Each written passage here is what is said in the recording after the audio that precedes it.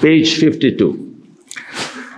بسم اللہ الرحمن الرحیم. قرآن مجید کے طالب علم کے لیے ضروری ہے کہ وہ اصول تفسیر سے اچھی طرح واقفیت حاصل کر لے. کسی بھی فن کے بنیادی اصولوں کا مقصد یہی ہوتا ہے کہ آدمی فاش غلطیوں سے محفوظ رہ سکے. ادھر دیکھیے، آپ ڈرائیونگ سیکھتے ہیں، ڈرائیونگ کے اصول ہوتے ہیں.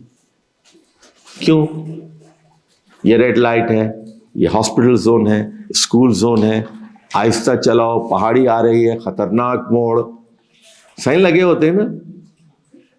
تو یہ اس لیے کہ ایکسیڈنٹس نہ. تو اصول تفسیر کا مقصد بھی یہ ہوتا ہے کہ آدمی فاش غلطیوں سے بچا رہے. چلیے، تفسیر کا مطلب وضاحت ہے. قرآن ایک جامع اور بلیغ کلام ہے جس میں ایجاز ہے اور بے شمار محذوفات ہیں. اچھا ادھر دیکھیے، بلیغ، دیکھیے ادھر دیکھو بیٹے، بلیغ کلام ہے، ایجاز ہے. ایجاز کا مطلب ہوتا ہے، ادھر دیکھو، کنسنٹریٹڈ، کنڈینسڈ. عربی میں اس کو کہتے ہیں وجیز. ایجاز، وجیز. ادھر دیکھو ذرا، حدیثیں جو ہے نا وہ جو ہے پانی کی طرح لکوڈ ہیں وہ، اور قرآن کیا ہے؟ بہت ہی کمپیکٹ ہے. اچھا، اس میں محذوفات ہیں. ذرا اس کو ذرا سمجھو. ادھر بورڈ کی طرف ذرا دیکھو تم.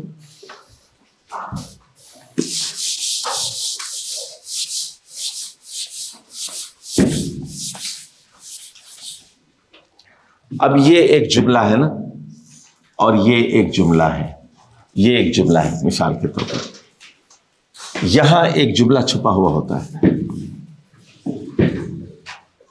اس کو کہتے ہیں اومیشنز، محذوفات.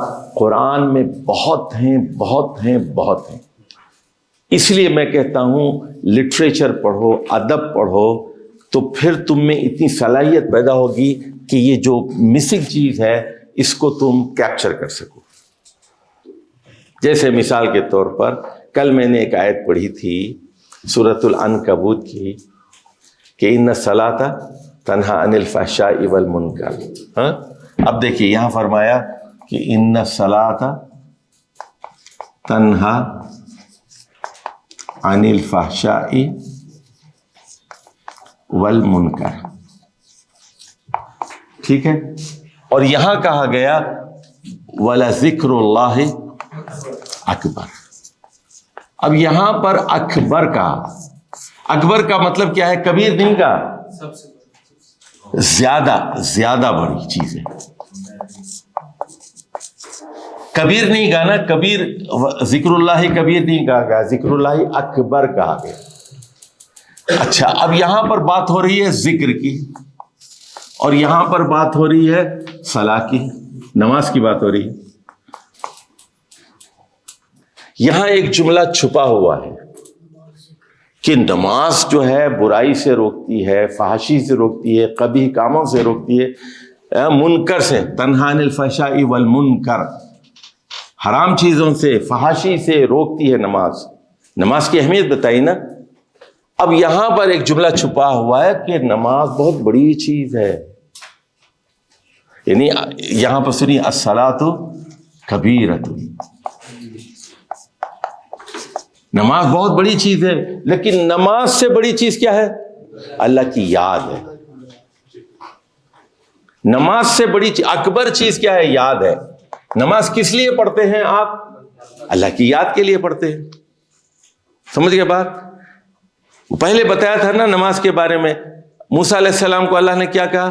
اقیم الصلاۃ لذکری. موسیٰ نماز قائم کرو میری یاد کے لیے. تو نماز کا حاصل کیا ہے؟ نماز کا گودا کیا ہے؟ نماز کا مکھن کیا ہے؟ وہ اللہ کی یاد ہے. سمجھ گئے؟ تو یہ جو گیپ فلنگ ہے، لکھ لیجئے، گیپ فلنگ. محذوفات کا مطلب ہے چھپی ہوئی چیزیں، omitted, omissions, elisions کہتے ہیں انگریزی میں، elisions and omissions. کیوں ہے؟ یہ وجیز کلام ہے، مشکل کلام ہے بہت. ادبی شہپارہ ہے نا، وجیز ہے. ایجاز کہتے ہیں کمپیکٹ. ایجاز لکھ لیجئے, وجیز لکھوں بورڈ پر, یہ دیکھو یہ لفظ یاد بھولنا نہیں, ایجاز, ایجاز اور وجیز, کمپیکٹ, کنسنٹریٹڈ. اللہ کا کلام ہے, اللہ کا کلام ہے نا, انسانی کلام تھوڑا ہی ہے. اور سنیے, وہ عربی کا بہت بڑا شاعر گزرا ہے لبید, تو اس نے مسلمان ہو گیا, تو اس نے کہا کہ اتنا بڑا شاعر تم نے, اب شاعری نہیں سنی تمہاری. کہتا ہے آباد القرآن, قرآن کے بعد میں تو بولنے کے لیے کچھ نہیں رہا میرے پاس. جی اومیشنز نہیں, بالکل نہیں کہہ سکتے. وما علمناہ الشعر وما ينبغي له, قرآن بالکل شاعری نہیں ہے, اللہ کا کلام. شاعروں کو شکست دی اس نے, شاعروں کا منہ بند کر دیا, لیکن شاعری نہیں ہے. چلے آگے. اچھا جی, اللہ تعالیٰ مفسرین پر رحمت نچھاور کرے جنہوں نے اللہ کے کلام کو سمجھانے کے لیے تفسیریں لکھی. امام طبری 310 اور امام قرطبی دو بڑے نام ہیں. یعنی اہل سنت والجماعت کی جو مفسرین ہیں ان میں دو بڑے نام ہیں, ایک طبری اور ایک قرطبی. قرطبی مالکی ہیں اور طبری خود اپنے امام ہیں 310 کے, محمد بن جریر طبری. مفسر بھی ہیں, فقیہ بھی ہیں اور مؤرخ بھی ہیں. محمد بن جریر طبری بہت بڑے آدمی ہیں. اچھا جی, اصول تفسیر کے سلسلے میں 4 کتابیں بڑی اہم ہیں. شیخ الاسلام امام ابن تیمیہ کا مقدمہ فی اصول التفسیر, چھوٹا سا کتابچہ ہے لیکن بڑا زبردست ہے, یہ آپ خرید لیجئے, پڑھ لیجئے.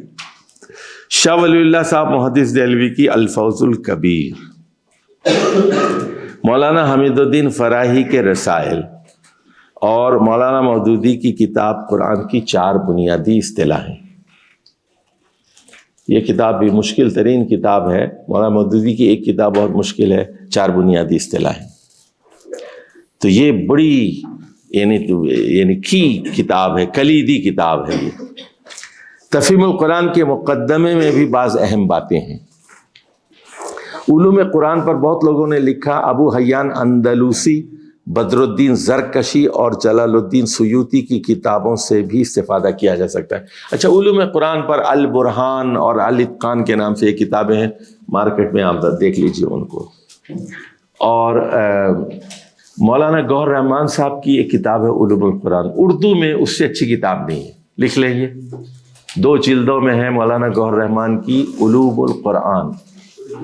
علوم القرآن مولانا گوہر رحمان صاحب کی, اس سے اچھی کتاب نہیں ہے اردو میں. جی وہ بیکار ہے, وہ کچھ بھی نہیں ہے. گوہر رحمان صاحب کی کتاب کے مقابلے میں دوسری کتابیں جو اردو میں شائع ہوئی ہیں وہ کوئی حیثیت نہیں ہے ان کی.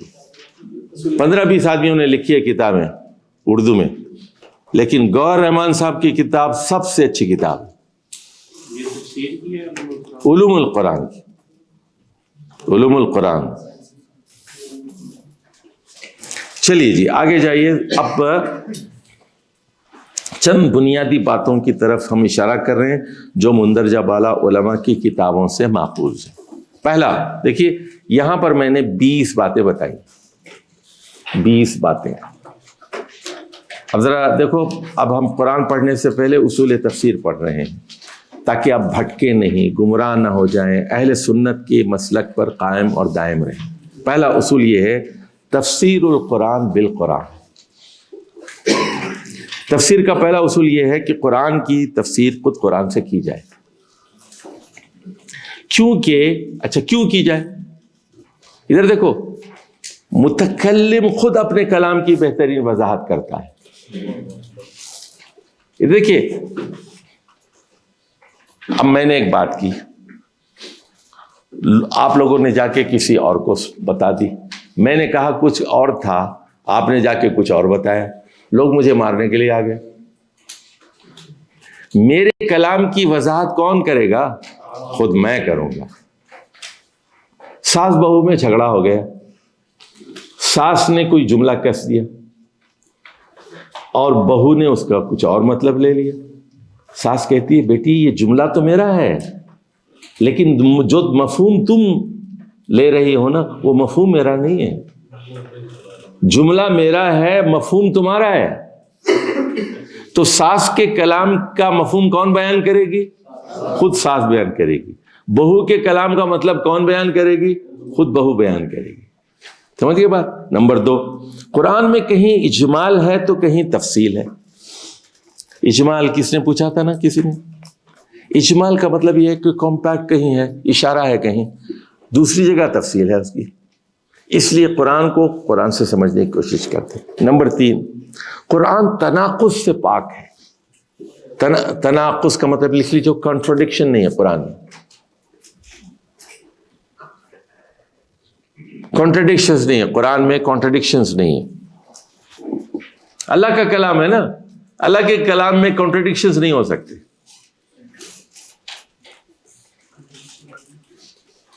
اچھا جی، قرآن کریم اللہ کا کلام ہے، اس لیے آیات میں کوئی تضاد نہیں ہے، بلکہ یہ ایک دوسرے کی تصدیق و تائید و تفسیر و تشریح کرتی ہیں، الا یہ کہ ناسخ و منسوخ ہو۔ اچھا ادھر دیکھو، اور کیونکہ ناسخ دراصل منسوخ کی مدت عمل کے اختتام کا بیان اور اعلان ہوتا ہے۔ ادھر دیکھو پہلے، اب قرآن میں ناسخ و منسوخ بھی ہے۔ ادھر دیکھو میری طرف توجہ سے سنو۔ ڈاکٹر کیا کرتا ہے؟ مریض کے لیے دوائیاں بدل دیتا ہے مریض کی حالت کو دیکھ کر، سمجھ گئے؟ جیسے مثال کے طور پر پہلے کہتا ہے وہ پیٹ میں درد ہے، وہ کہتا ہے کہ آپ کو السر ہے، گولیاں دیتا ہے، 2 سال تک گولیوں پر رکھتا ہے اس کے بعد وہ ایکس رے رپورٹ آتی، کہتا ہے کہ بھائی آپ تو آپریشن کرنا پڑے گا۔ آپریشن سے پہلے کیا کرتا ہے؟ دوائیاں روک دیتا ہے۔ آپریشن سے پہلے اینستھیشیا دیتا ہے، بے ہوش کرتا ہے، وہ دوائی الگ ہوتی ہے۔ آپریشن کے بعد کیا کرتا ہے؟ پین کلرز دیتا ہے تاکہ آپ کو نیند بھی آ جائے اور تکلیف بھی نہ ہو۔ 2-3 دن تک آپ کو اس طرح اینٹی بایوٹک بھی دیتا ہے۔ 1 ہفتے کے بعد کہتا ہے آپ گھر جائیں، آپ کو دوا کی ضرورت نہیں۔ اچھا، تو مریض کی حالت کے مطابق دوا دی جاتی ہے نا، دوائیں بدلی جاتی ہیں مریض کی حالت کے مطابق۔ تو اللہ تعالیٰ بھی بعض اوقات مریض کی حالت کے مطابق دوائی تبدیل کر دیتا ہے، لیکن ڈاکٹر کو سب پتہ ہوتا ہے کہ کس مریض کو کون سی دوا دیں، اور چھوٹے بچے کو کون سی دوا دیں، بڑے بچے کو کون سی دیں، سب معلوم ہوتا ہے اس کو۔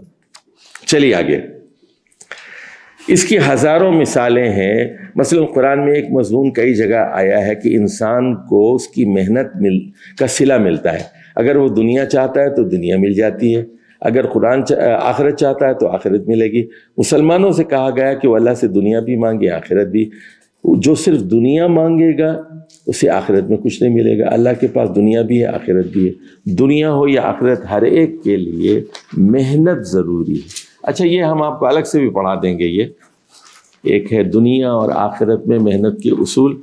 یہاں میں آپ کو دکھا دیتا ہوں، آپ کو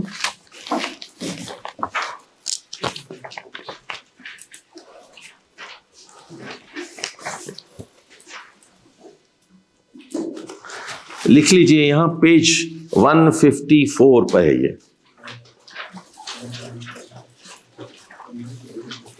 154 پر 154 پہ دیکھ رہے ہیں بھیڑی، دنیا اور آخرت دونوں میں کسب اور محنت کے اصول۔ 154 یہ بعد میں پڑھائیں گے، ابھی نہیں پڑھاتا میں، آپ کو بعد میں پڑھاؤں گا 154، ٹھیک ہے؟ پہلے آپ جائیے نمبر 2۔ پہلا اصول کیا ہے؟ قرآن کی تفسیر کس سے کرنا ہے آپ کو؟ خود قرآن سے کرنا ہے۔ نمبر 2، صحیح احادیث سے قرآن کی تفسیر۔ تفسیر کا دوسرا اصول یہ ہے کہ قرآن کی تفسیر احادیث صحیحہ سے کی جائے۔ کہ یہ قرآن مجید کے فہم و تفہیم اور تفسیر و تعویل کا دوسرا آسمانی ماخذ ہے جو وحی پر مشتمل۔ رسول اللہ صلی اللہ علیہ وسلم کے جو اقوال و افعال ثقہ اور معتمد راویوں کے ذریعے سند متصل کے ساتھ ہم تک پہنچے ہیں، وہ قرآن کو سمجھنے سمجھانے کا دوسرا معتمد ذریعہ ہے۔ اہل سنت والجماعت کے نزدیک رسول اللہ صلی اللہ علیہ وسلم کی ثابت شدہ صحیح احادیث اور غیر منسوخ سنتوں کے خلاف تفسیر کرنا تحریف ہے۔ دیکھو، اب صحیح حدیث کے خلاف تفسیر کرنا یا قرآن کی آیت کے خلاف تفسیر کرنا یہ بہت بڑی گمراہی ہے، یہ تحریف ہے یہ۔ چلیے جی، اب ذرا اب آپ سوال کریں گے کیوں حدیث سے قرآن کی تفسیر کیوں کریں گے ہم؟ نمبر 1، آپ صلی اللہ علیہ وسلم پر نازل قرآن اس لیے کیا گیا کہ آپ صلی اللہ علیہ وسلم اس کی تبیین، تشریح اور وضاحت کریں۔ لِتُبَيِّنَ لِلنَّاسِ، قرآن کہتا ہے لِتُبَيِّنَ لِلنَّاسِ۔ یہاں 44 لکھا ہوا ہے نا، یہاں آگے اور لکھ لو، آپ 64 بھی لکھ لو، النحل 44 اور النحل 64۔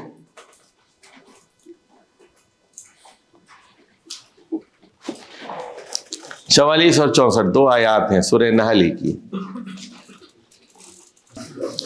تو پہلی چیز جو ہے وہ یہ ہے، اللہ تعالیٰ نے خود قرآن مجید میں یہ فرمایا کہ اے محمد صلی اللہ علیہ وسلم، ہم نے آپ پر یہ قرآن اس لیے نازل کیا ہے لِتُبَيِّنَ لِلنَّاسِ، لِتُبَيِّنَ لِلنَّاسِ۔ ادھر دیکھو ذرا پہلے،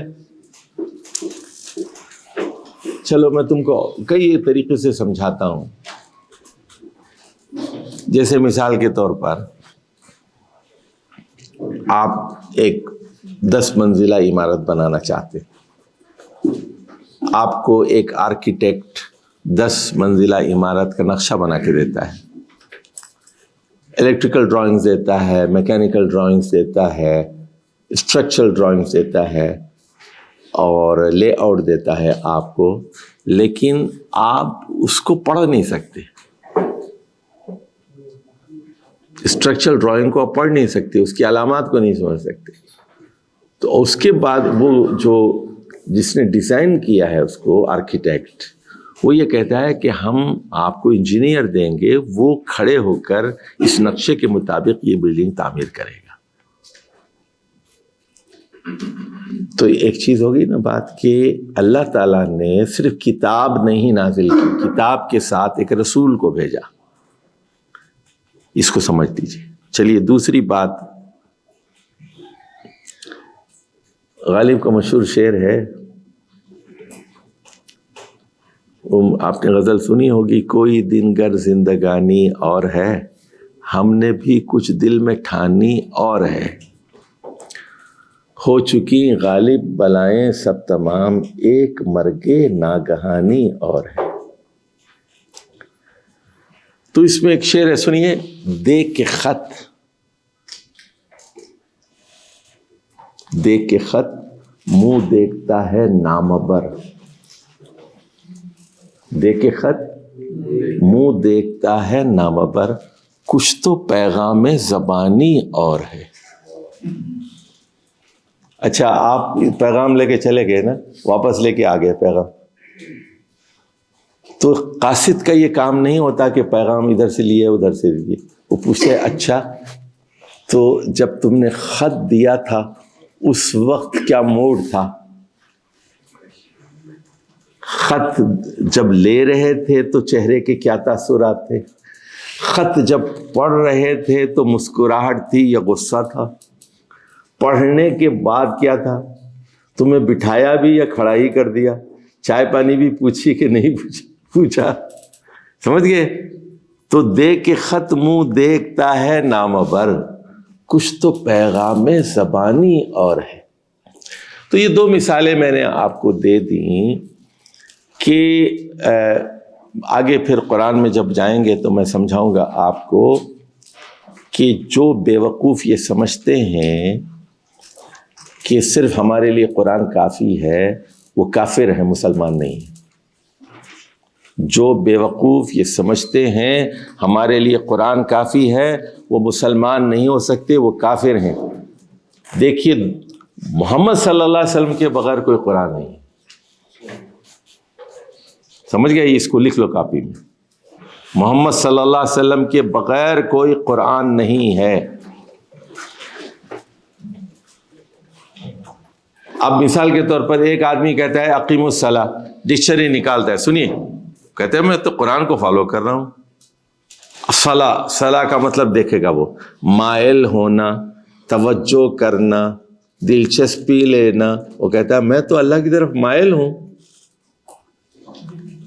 صلاح کا مطلب ایک خاص طریقے کی نماز ہے جس پہ رکوع ہے، سجدہ ہے، قیام ہے، سورہ فاتحہ ہے، سبحان ربی الاعلیٰ ہے، سبحان ربی العظیم ہے، سلام ہے. وہ کہتا ہے نہیں تو میں تو ڈکشنری میں دیکھ رہا ہوں صلاح کا مطلب. سمجھ گئے بات؟ تو محمد صلی اللہ علیہ وسلم کے بغیر قرآن کا کوئی مطلب نہیں لیا جائے گا. چلیے جی آگے جائیے. نمبر 3، قرآن نبی کریم صلی اللہ علیہ وسلم، اچھا آپ صلی اللہ علیہ وسلم کو بیما اراک اللہ کی روشنی میں قرآن کے مطابق فیصلے کرنے کا حکم دیا گیا. یہ سورہ نساء کی آیت نمبر 105 ہے. بیما اراک اللہ، اے محمد صلی اللہ علیہ وسلم آپ فیصلے کیجئے جو ہم نے روشنی دکھائی ہے نا اس کی روشنی. صرف قرآن سے فیصلے نہیں، قرآن سے بھی ہو اور جو روشنی ہم نے دکھائی ہے اس کی روشنی میں بھی. اچھا رسول اللہ صلی اللہ علیہ وسلم کے ذریعے قرآن ہم تک پہنچائے. اچھا دیکھیے ادھر دیکھو بات کو ذرا سمجھو. اللہ چاہتا تو نہ کیا کرتا تھا، ہر گھر کے دروازے پہ ایک قرآن آ جاتا. یا تو اللہ اگر چاہتا نا تو بچہ پیدا ہوا، پیدائش کے ساتھ ہی بغل میں قرآن بھی ہوتا ہوا، ہر گھر کے اوپر ایک قرآن نازل ہو جاتا. اللہ نے ایسا نہیں کیا. چلیے آگے. قرآن کے احکام اجمالی ہیں اور حدیث میں تفصیل. ادھر دیکھو جیسے اقام الصلاۃ، ایتاء الزکاۃ. اب پورے قرآن میں آپ دیکھیں گے نماز قائم کرو ہے، بس نماز قائم کرو. اب ادھر دیکھو قرآن میں یہ نہیں ہے اللہ اکبر سے نماز شروع کرو، نہیں ہے قرآن میں یہ. اس کے بعد کندھے تک ہاتھ اٹھاؤ یا کان تک، ایسے یہ نہیں ہے قرآن میں. ہاتھ قبلہ رخ ہوں، ایسے نہیں یوں اللہ اکبر یوں ہلا رہے ہیں ایسے قبلہ رخ ہو ہر چیز اللہ اکبر. کندھے تک یا ایسے اتنا، کان تک ایسے اللہ اکبر. سیدھا ہاتھ اوپر ہو، یہ نہیں، ایسے نہیں ہو سکتا، یوں نہیں ہو سکتا، یوں نہیں ہو سکتا. وہی جیسے رسول اللہ صلی اللہ علیہ وسلم کہہ رہے ہیں قرآن میں نہیں ہے یہ کہاں ہاتھ باندھنا ہے کیسے. اچھا اس کے بعد ثنا پڑھنا ہے، یہ قرآن میں نہیں ہے. دعا استفتاح پڑھنا ہے، قرآن میں نہیں ہے. پہلے سورہ فاتحہ پڑھو، یہ بھی قرآن میں نہیں ہے. اس کے بعد ایک دوسرا قرآن پڑھو فاتحہ کے بعد، یہ بھی نہیں ہے. اس کے بعد ایک رکوع کرو، یہ بھی نہیں ہے قرآن میں. رکوع کرو تو ہے لیکن ایک رکوع کرو، 2 سجدے کرو، یہ نہیں ہے قرآن میں. رکوع میں جو ہے سبحان ربی العظیم پڑھو، سجدے میں سبحان ربی الاعلیٰ پڑھو، یہ بھی قرآن میں نہیں ہے. بیٹھ جاؤ اور اتحیات للہ پڑھو، یہ انگلی اٹھاؤ یہ انگلی مت اٹھاؤ، یہ سب نہیں ہے قرآن میں. پھر قرآن میں کیا ہے؟ اقیم الصلاۃ. اچھا اسی طرح سنو، آتوا الزکاۃ، زکوٰۃ ادا کرو. کتنی دو؟ قرآن میں نہیں ہے. 2.5% دو، نہیں ہے. عشر دو 10% غلے پر، پیداوار پر، نہیں ہے. بکریوں پر 40 بکریوں کے بعد دو، نہیں ہے قرآن میں. اونٹوں پر اتنی زکوٰۃ ہے، قرآن میں نہیں ہے. مال تجارت پر ہے، وہ قرآن میں نہیں ہے. بھائی تم تفصیلات کہاں ہے؟ سب حدیث میں. تو قرآن کی تفسیر کون کریں گے؟ محمد مصطفیٰ صلی اللہ علیہ وسلم. چلیے جی اب آگے آئیے. آپ صلی اللہ علیہ وسلم معصوم ہے. معصوم کا کیا مطلب ہے سنیے. انبیاء کی معمولی لغزش کی بھی فوراً تصحیح کر دی جاتی ہے. وہ دنیا کے لیے نمونہ اور مثال ہوتے ہیں. لکھ لو یہاں پر رسول اللہ صلی اللہ علیہ وسلم کے بعد کوئی معصوم نہیں.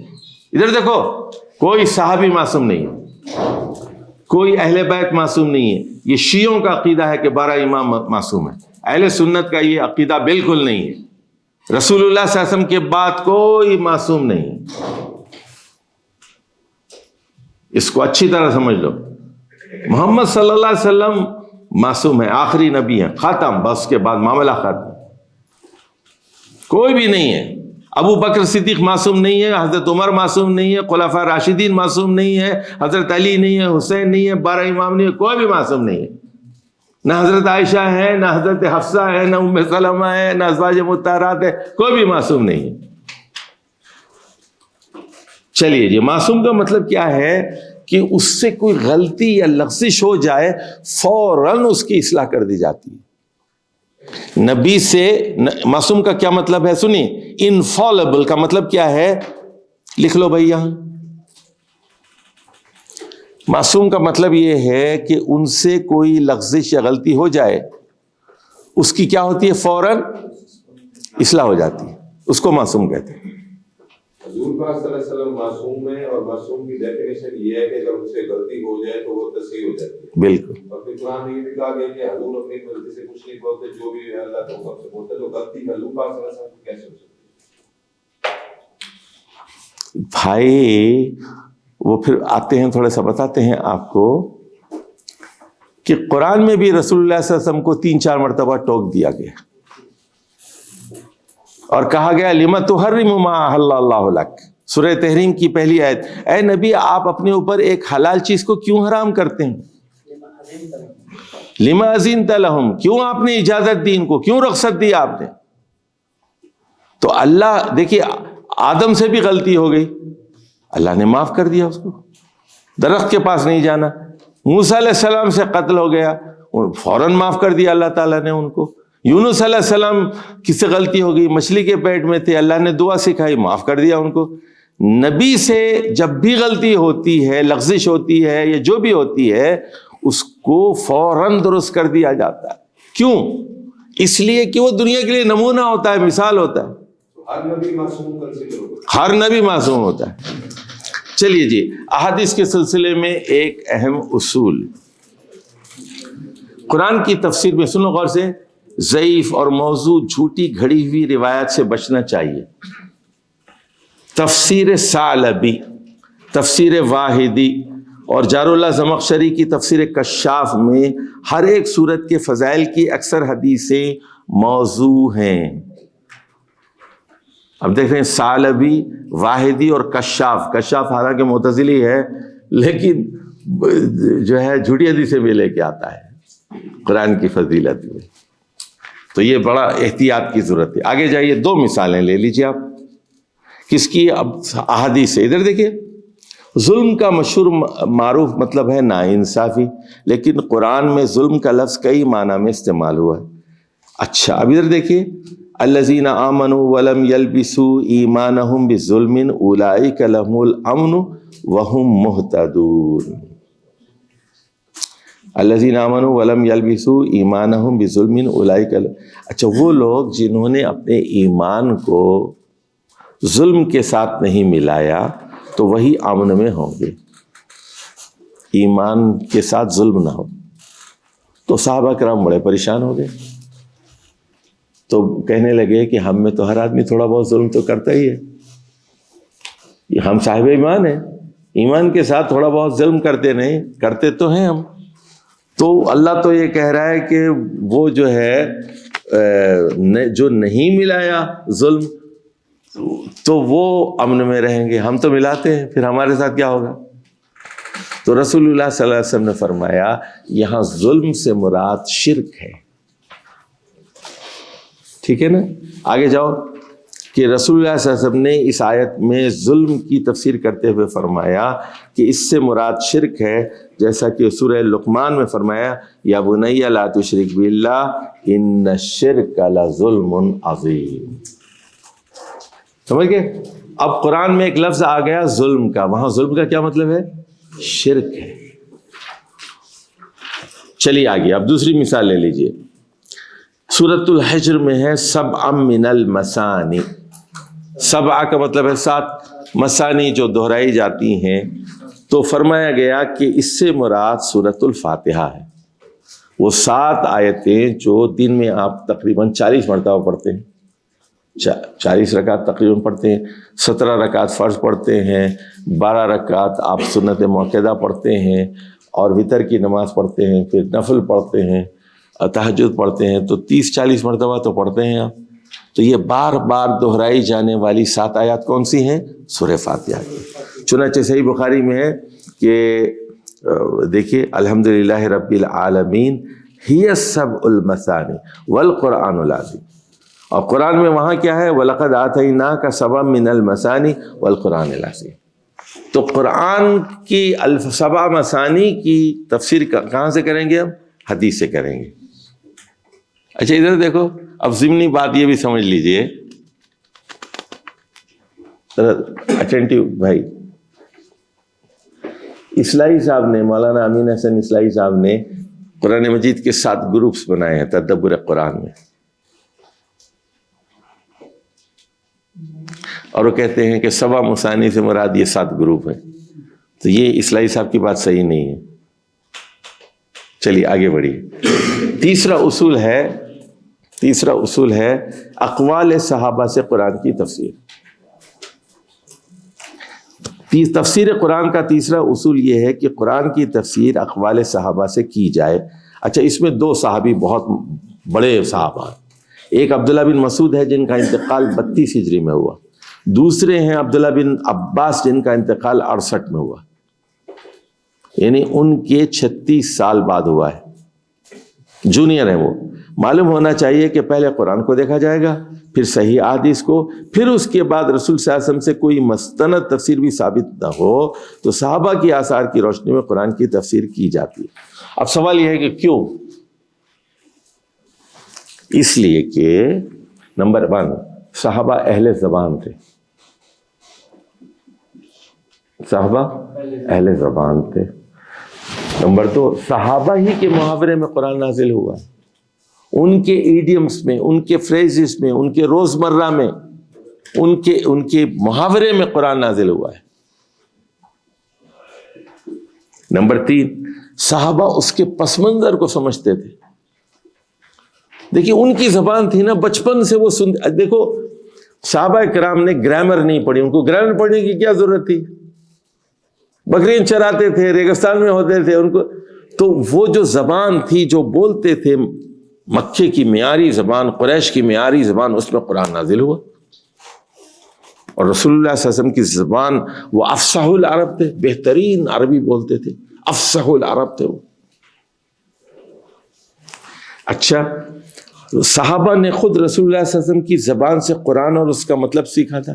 اچھا کوئی اس چیز سمجھ میں نہیں آتی تھی، پوچھ لیتے تھے، بات کی تہ تک پہنچ جاتے تھے۔ دیکھیے ایک بات کو ذرا سمجھیے، آپ کی والدہ ہے مثال کے طور پر، مر رہی ہیں، آخری وقت ہے، پنجابی میں آپ سے کچھ کہتی ہیں، پشتو میں آپ سے کچھ کہتی ہیں، آپ کو سمجھنے میں کوئی دشواری ہوتی ہے؟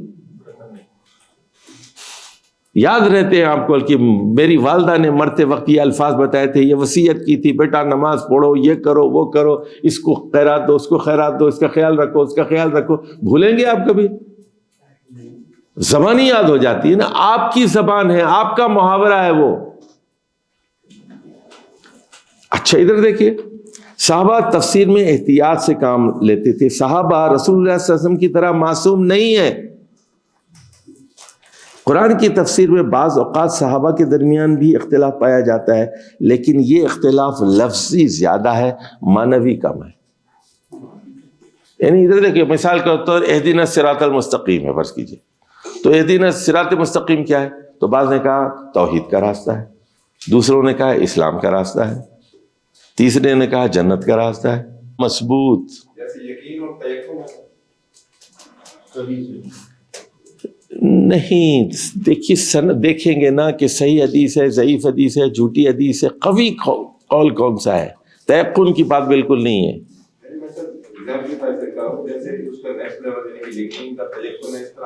نہیں، یہ کس نے کہا کہ یقین اور تیقن میں یہ ہوتا ہے؟ وہ پڑھائیں گے آپ کو، عربی جو ہے نا یہ کہاں سے آپ لے کے آتے ہیں پتہ نہیں۔ تیقن جو ہے وہ اور چیز ہے، وہ داخلی کیفیت ہوتی ہے، پھر بتائیں گے آپ کو، ہم آئیں گے، ہم آ رہے ہیں اس طرح بتائیں گے آپ کو، صبر کیجئے، تھوڑا صبر کیجئے۔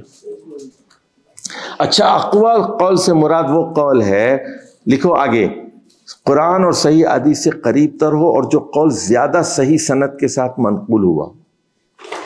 اقوال سے مراد کیا ہے؟ جو قرآن اور صحیح احادیث سے قریب تر ہو اور جو قول زیادہ صحیح سند کے ساتھ منقول ہوا۔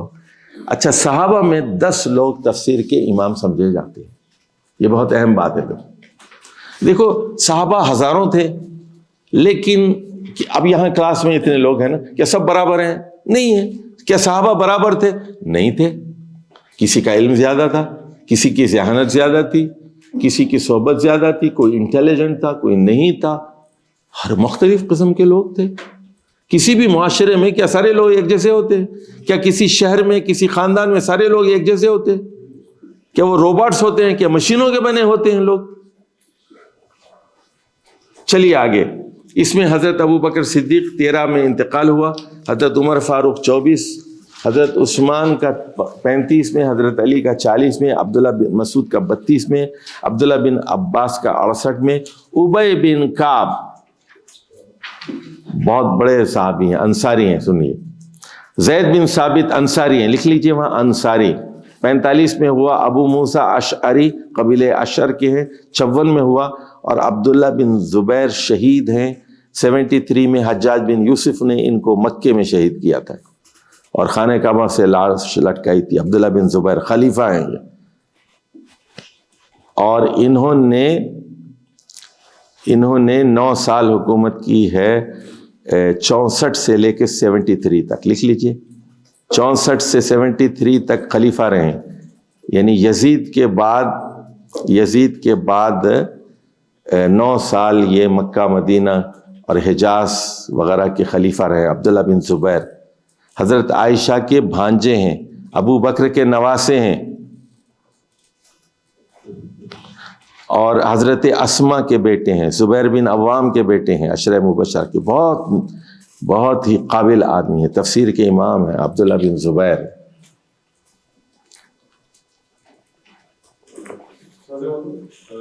یہاں رسول اللہ صلی اللہ علیہ وسلم کی جو شارع کی حیثیت اور تشریحی جو انٹرپریٹر کی حیثیت ہے، جیسے رومی قانون کے بارے میں کہا جاتا ہے کہ اسلامی قانون کافی زیادہ ڈیولپ ہوا ہے رومی قانون سے، تو جو جیسے تفسیر اشتہاد ہے، کہ نبی صلی اللہ علیہ وسلم بھی جو ہے وہ قرآن پہ غور کر کے اشتہاد کیا کرتے تھے، کیونکہ تفسیر میں اشتہاد آگے جو ہے ایک پوائنٹ ہے، تو اس میں جو ہے وہ اس چیز کو سمجھنے کی کوشش کرنی کہ قرآن کی پڑھنی ہے، تو اس میں رسول اللہ صلی اللہ علیہ وسلم کی نگاہ کیسی ہوتی ہے؟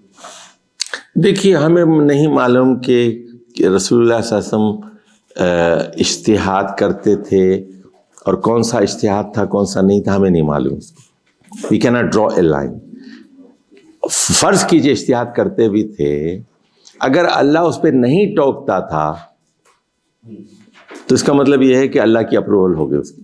اللہ نے ٹوک دیا، اعتراض کیا، اس پہ ترمیم کی، اس پہ وحی آ گئی، اس کا مطلب یہ ہے کہ وہ اجتہاد غلط تھا تو رسول اللہ صلی اللہ علیہ وسلم کی اصلاح کر دی گئی، ٹھیک ہے نا۔ اجتہاد کا مطلب محنت ہے، بتائیں گے ہم آپ کو، یعنی ایک غیر نبی جب خوب محنت کرتا ہے اور ایک نئے مسئلے کا حل تلاش کرنے کی کوشش کرتا ہے تو غلط نتیجے پہ پہنچ سکتا ہے، صحیح نتیجے پہ پہنچ سکتا ہے، ٹھیک ہے نا، اس کو اجتہاد کہتے ہیں۔ عام آدمی کی محنت کو اجتہاد نہیں کہتے، بلکہ قرآن اور حدیث کے ایک بہت بڑے ماہر کی محنت کو، جو صحیح بھی ہو سکتی ہے غلط بھی ہو سکتی ہے، اس کو اجتہاد کہتے ہیں۔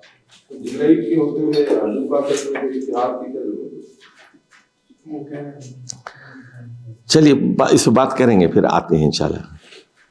آگے جائیے، سنیے، اب مثال لے لیجئے، سورہ لقمان کی آیت ہے نمبر 6 کہ وَمِنَ النَّاسِ، تو وہ لہو الحدیث، دیکھو لہو الحدیث کا مطلب اوپر لکھ لیجئے، اس کا مطلب ہے باتوں کا کھیل، باتوں کا کھیل۔ اچھا کچھ لوگ ایسے ہیں لوگوں میں جو باتوں سے لوگوں کو بیوقوف بناتے ہیں۔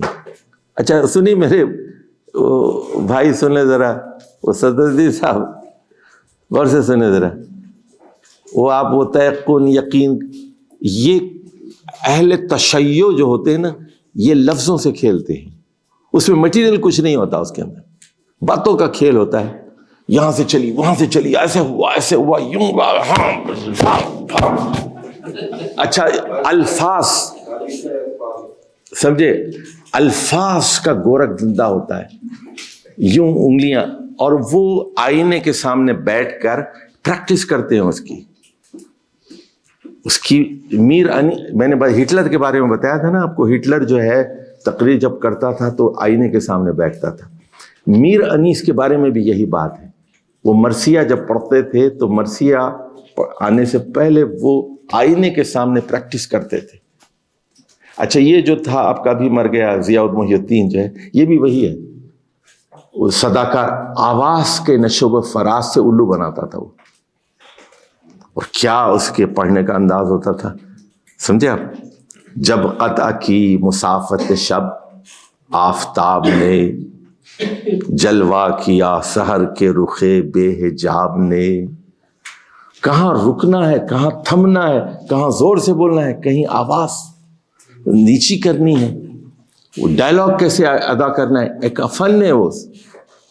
سمجھ کے بات آپ. تو یہ باتوں کا کھیل ہے. یہ ادھر دیکھیے، اب اس کے بارے میں عبداللہ بن مسعود کہتے ہیں 3 بار، ہوا واللہ الغنا، ہوا واللہ الغنا، اللہ کی قسم اس سے مراد موسیقی ہے، اللہ کی قسم اس سے مراد موسیقی ہے، اللہ کی قسم اس سے مراد موسیقی ہے. دیکھ رہے ہیں اب 3 مرتبہ قسم کھا رہے ہیں اللہ کی. صحابی ہیں عبداللہ بن مسعود، بہت بڑے صحابی، 6 نمبر پہ اسلام قبول کیا ہے. اللہ کی قسم 3 مرتبہ کھا کے کہہ رہے ہیں کہ لہو الحدیث کا مطلب غنا ہے، میوزک ہے. چلیے آگے، تابعین کے اقوال سے قرآن کی تفسیر.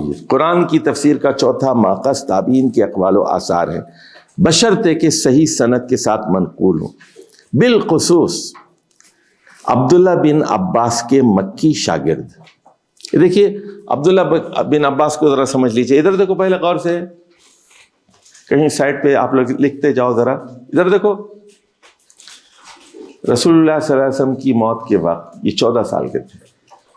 رسول اللہ صلی اللہ علیہ وسلم کے چچازاد بھائی بھی ہیں، اور جو ہے جو رسول صلی اللہ علیہ وسلم کی ایک بیوی تھیں حضرت میمونہ، وہ ان کی خالہ بھی تھیں. تو خالہ کے گھر میں جا کے سو جاتے تھے وہ. تو ایک لحاظ سے رسول صلی اللہ علیہ وسلم ان کے خالو بھی تھے، چچازاد بھائی بھی تھے، تہجد بھی ساتھ لے کے پڑھتے تھے.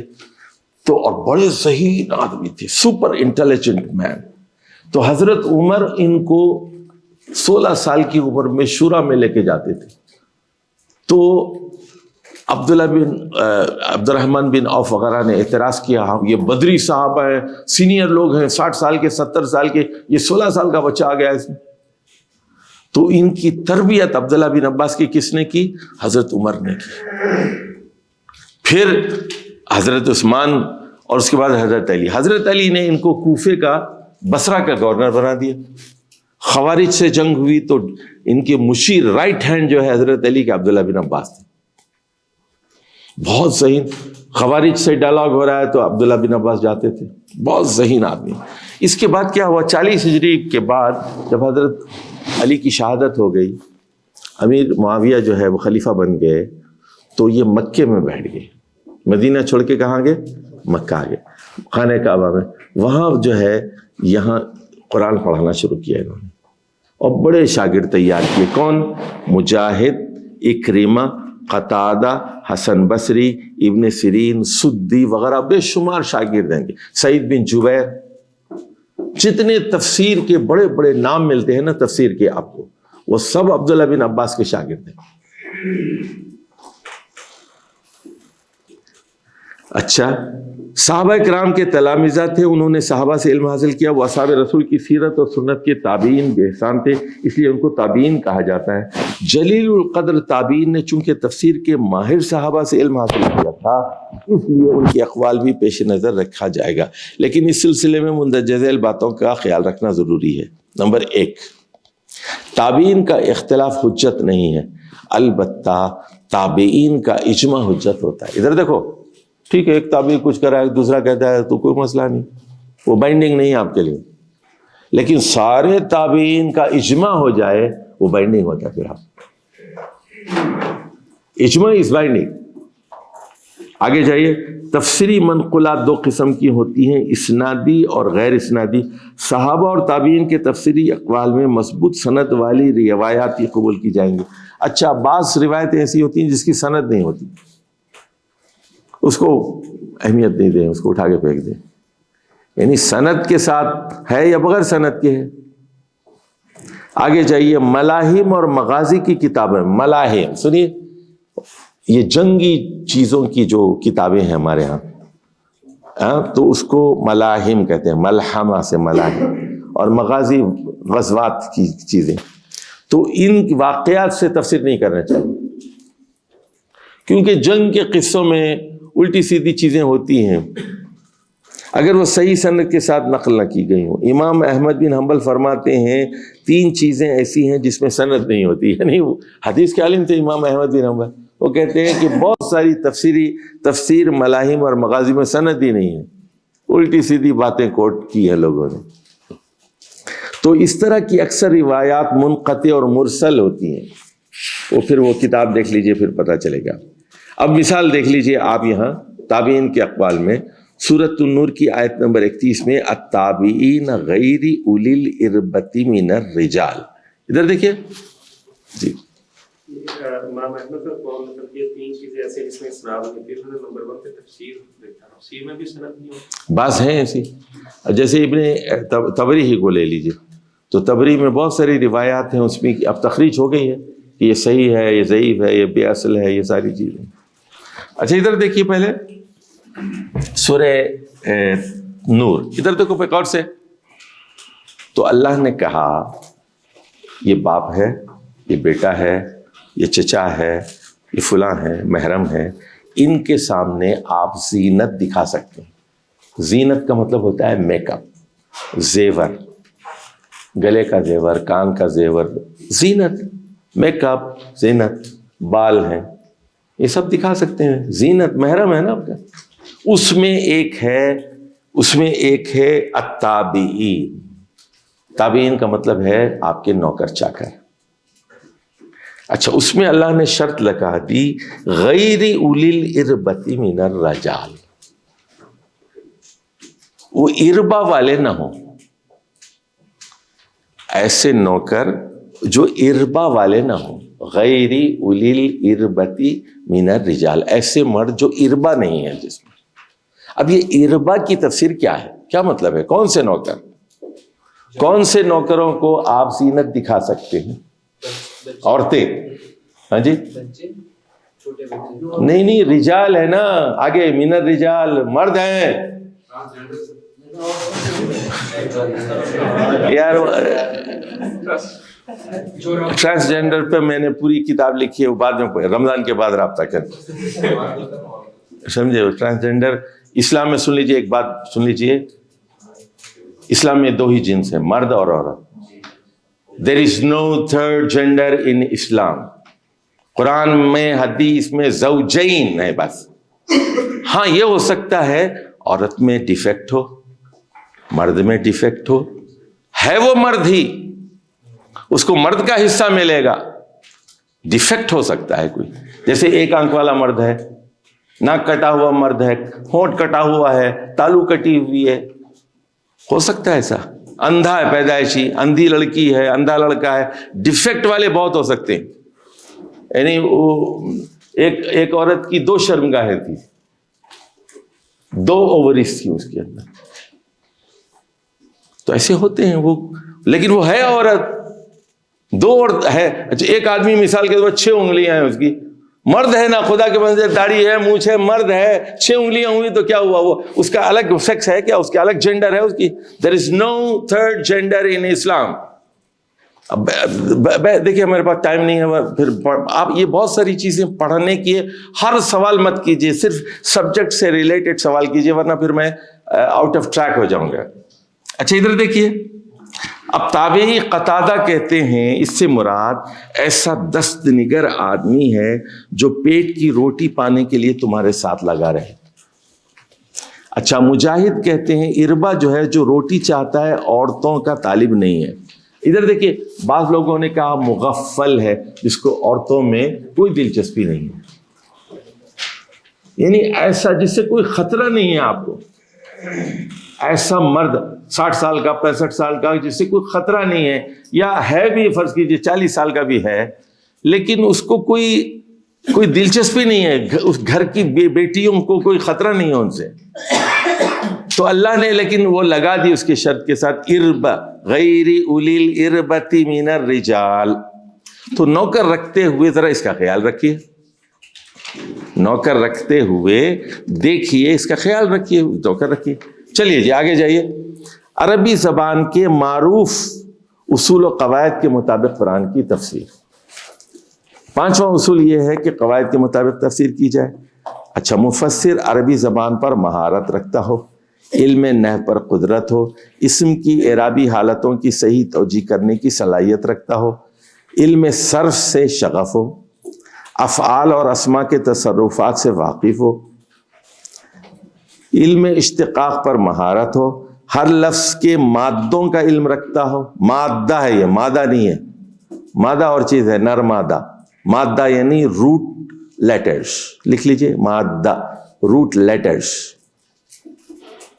مادہ، دال کے اوپر تشدید، مادہ، روٹ لیٹرز.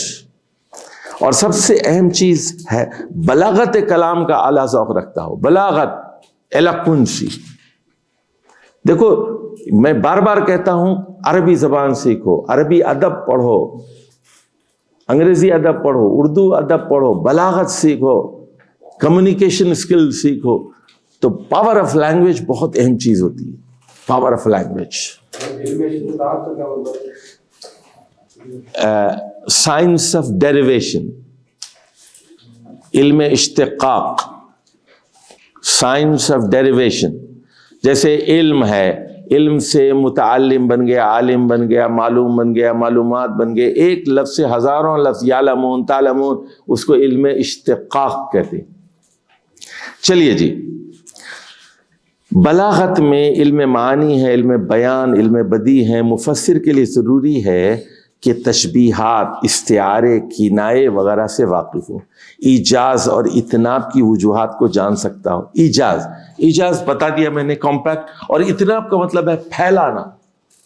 دیکھو بعض جگہ آپ کیا کرتے ہیں، سمیٹ دیتے ہیں، اور بعض جگہ کیا کرتے ہیں، پھیلاتے ہیں. اچھا بھائی ادھر دیکھو، انیق پھیلاتے کب ہے؟ اچھا، سمیٹ دیتے ہیں ہم، کانسنٹریٹڈ، اور کبھی پھیلاتے ہیں. پھیلاتے کب ہیں بتاؤ؟ ہاں بالکل صحیح ہے. اب دیکھو ضدی ہے آدمی، مان کے نہیں دے رہا ہے. فَبِأَيِّ آلَاءِ رَبِّكُمَا تُكَذِّبَانِ، فَبِأَيِّ آلَاءِ رَبِّكُمَا تُكَذِّبَانِ، فَبِأَيِّ آلَاءِ رَبِّكُمَا تُكَذِّبَانِ. یہ بھی نہیں مانتا تو، یہ بھی نہیں مانتا، یہ بھی نہیں مانتا، یہ بھی نہیں مانتا. ارے ضدی، کب تک ضد چھوڑ دے. اے نمک حرام، کب تک چھٹلائے گا؟ یہ بھی چھٹلاتا ہے، یہ بھی چھٹلاتا ہے، یہ بھی چھٹلاتا ہے، یہ بھی چھٹلاتا ہے. 31 ٹائمز اس کی تکرار کی گئی ہے. تکرار کی جاتی ہے نا، سمجھ کے بات ہے. جیسے بیٹا ہے، بیٹا آپ کا بیٹا امریکہ چلے گیا، گوری سے شادی کر لی، 10 سال تک فون بھی نہیں کیا آپ. 10 سال کے بعد بغل میں میم کو لے کے آ گیا سیالکوٹ. اب جو ہے اس کو سمجھانا ہے. اس کو کہتے ہیں تجھے یاد نہیں ہے تیری فیس کے لیے میں نے زمین بیچی تھی؟ کہتا ہے یاد ہے. خاموش بیٹھا رہا تھا وہ. ہاں وہ نہیں نو. ماں کہتی ہے بتاؤ اس کو، یہ بھی بتاؤ میں نے زیور بھی بیچا تھا میں نے اس کے لیے. یہ سب کیوں کرتے ہیں؟ اس کو نہیں مانتا، خاموش بیٹھا ہوا ہے. تو تاکہ اس کو احساس ہو کہ اس نے غلطی کی. ضدی ہے نا. تو جو خدا کو نہیں مانتے، آخرت کو نہیں مانتے، اللہ کی نعمتوں کو نہیں مانتے، اس کے لیے تکرار سے کام لینا پڑتا ہے. اور کبھی عقل مند ہوتا ہے، اشارہ کافی ہوتا ہے اس کو. سمجھ گئے؟ تو یہ کلام کے مختلف ڈھنگ ہوتے ہیں.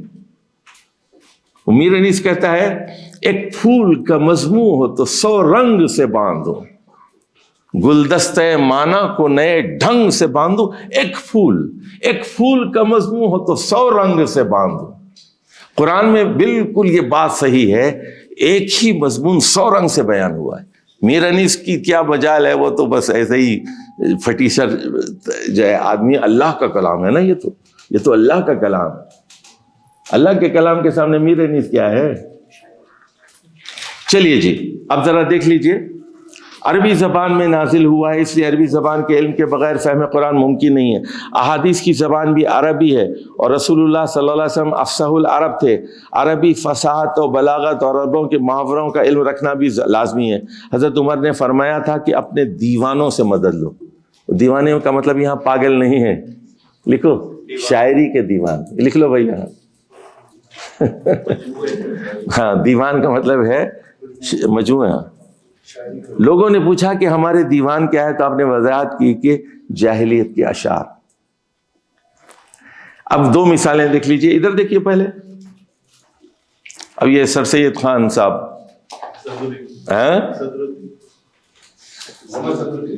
نہیں سر سید احمد خان کی بات کر رہا ہوں. ادھر دیکھیے، ادھر دیکھو پہلے. ادرب کا مطلب ہے مارو. بی عصاک، اے موسیٰ اپنی لاٹھی سے پہاڑ پہ، چٹان پہ مارو. ادرب بی عصاک الحجر فانفجرت منہ اثنتا عشر عین. ٹھیک ہے نا، 12 چشمے پھوٹ پڑیں گے، اور بنی اسرائیل کے 12 قبیلے، ان کی الگ الگ دریا ہو جائے گا، ہر دریا سے پانی پیئیں گے وہ لوگ. معجزہ تھا. اب سنیے، اب سر سید جو ہے معتزلی ہے، معجزوں کو نہیں مانتا، کرامتوں کو نہیں مانتا. ہندوستان کا سب سے بڑا معتزلی سر سید احمد خان ہے. تفسیر اس نے لکھی ہے، وہ 19 پاروں کی الٹی سیدھی. جنات کو بھی نہیں مانتا، فرشتوں کو بھی نہیں مانتا. بس وہ تو بہت سارے لوگ ہیں نا. چلیں، بیٹھے ہوئے ہیں. اچھا جی، اب وہ کرتا کیا ہے سن لیجئے. وہ کہہ رہا ہے کہ دربہ کا مطلب مارنا نہیں ہے، بلکہ سیر کرنا ہے. حالانکہ عربی میں دربہ فی کا مطلب ہوتا ہے باہر نکلنا. اچھا، اس کے بعد وہ کہتا ہے، سنیے، کہ عصا کا کہتا ہے مطلب جماعت ہے، ڈنڈا نہیں ہے، جماعت ہے. وہ کہتا ہے اس کا مطلب یہ ہے موسیٰ اپنے ساتھیوں کو لے کے پہاڑ کی سیر کراؤ. سیر کرائے تو سیر کرائیں گے تو 12 چشمے جاری ہو جائیں گے. دیکھ رہے ہیں، یعنی عربی زبان سے کھیل رہا ہے وہ. اچھا ادھر دیکھیے، ایک صوفی تھا، ان اللہ لمع المحسنین. ادھر دیکھو پہلے، اس کا ترجمہ کرتا ہے کمبخت، بلا شبہ اللہ تعالیٰ نے صوفیہ کو چمکا دیا. ادھر دیکھو ذرا، بورڈ کی طرف دیکھو، سمجھ میں آئے گا تم کو. ادھر دیکھو، بورڈ کی طرف نہیں دیکھیں گے تو سمجھ میں نہیں آئے گا. ادھر دیکھو، یہ ان اللہ ہے نا، ان اللہ، لا، لام زیر لا ہے نا، مع، میم عین، تو یہ کیا بن گیا ہے؟ یہ لا مع. ٹھیک ہے، لا مع المحسنین.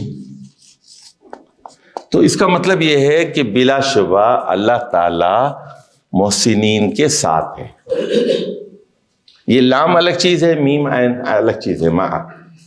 اس نے کیا کیا، یہ دونوں کو ملا کے کیا کہہ رہا ہے، لمع کر دیا. لمع کا مطلب ہے چمکا دیا.